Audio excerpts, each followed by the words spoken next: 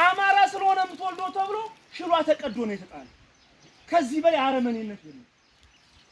በየትኛውም ትክክለኛ አማኝ የሆነ ሰው የሰው ልጅ በሰውነቱ በሰላም መኖር መቻል አለበት። የትኛውም ቅዱስ ቁርአን ሆነ መጽሐፍ ቅዱስ ይሄን አያዝም። በእምነት አይደለም። ኢትዮጵያ ውስጥ ሙስሊምና ክርስቲያን ሺህ ዓመታት እኮ ኑረናል አብረን። ወደፊትም ሺህ ዓመት እንኖራለን። ሙስሊሙ የክርስቲያኑን ሃይማኖት እስካልነካ ድረስ በሰላም በፍቅር ይኖራል። ክርስቲያኑ የሙስሊሙን ሃይማኖት እስካልነካ ድረስ ማንም ምንም ሊያደርገው አይችልም። በርካታ እምነቶች እኮ አሉ። ፕሮቴስታንት አሉ፣ ካቶሊኮች አሉ። ከ88 በላይ ወርቅ የሆነ ብሔር ብሔረሰብ ያለባት ሀገር ናት ኢትዮጵያ።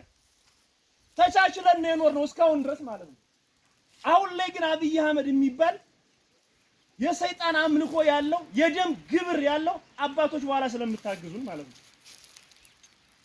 እየሆነ ያለው አንዱን ተቋም ያጠፋና በሙስሊሙ ያማኛል፣ አንዱን ይገልና በክርስቲያኑ ያማኛል። በማከል ሙስሊምና ክርስቲያን እየተባለ አማራ እርስ በርስ እንዲያልቅ እንዲፋጅ ማለት ነው።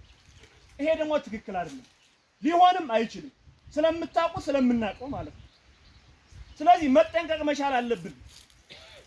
በርካታ አባቶች ታርደዋል።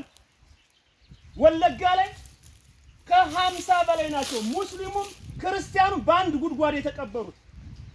ክርስቲያኑም በክርስትና እምነት ራሱን የቻለ ፍትሃት ሳይደረግላቸው በሙስሊሙም ሰላተል ጀናዛ ለሚሰገድላቸው ያ ሳይፈጸም እንደ ቆሻሻ ነው በሎደር እንደዚህ በአካፋ አንድ ጉድጓድ ውስጥ የተጨመረ የሰው ልጅ ከሰውነት ውሃ ይወረደበት ጊዜ ነው። በማን በአብይ አህመድ የመሪነት ዘመን ማለት ነው።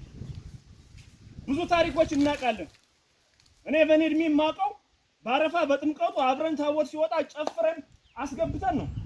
ሙስሊሙ ጾም ረመዳን በተፈታበት ሰዓት ከጎረቤት ያሉ ክርስቲያን ወንድሞቻችን ጎረቤቶቻችን ጠርተን ሻይ ቡና ጠጥቶ አብረን የኖርነው ይሄ ነው። እኔ የማውቀው በታሪክ ይሄ ነው።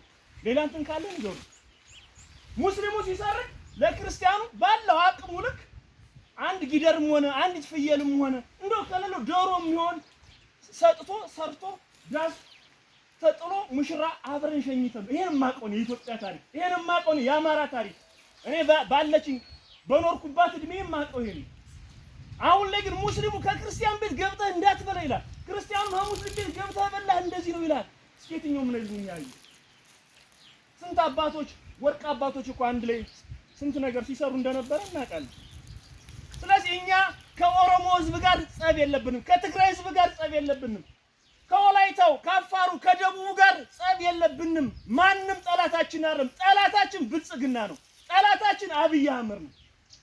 ሰው የሰው ልጅ በሰውነቱ በማንነቱ የትም ቦታ ላይ ተንቀሳቅሶ መኖር መቻል አለበት። ወንድሞቻችን 17 ሴት ተማሪዎቻችን ተምረው ይጦሩናል ብላችሁ ዩኒቨርሲቲ የላካቸው ደም ይደሉ ዛሬ እኮ ድራሻቸው ጠፍቷል።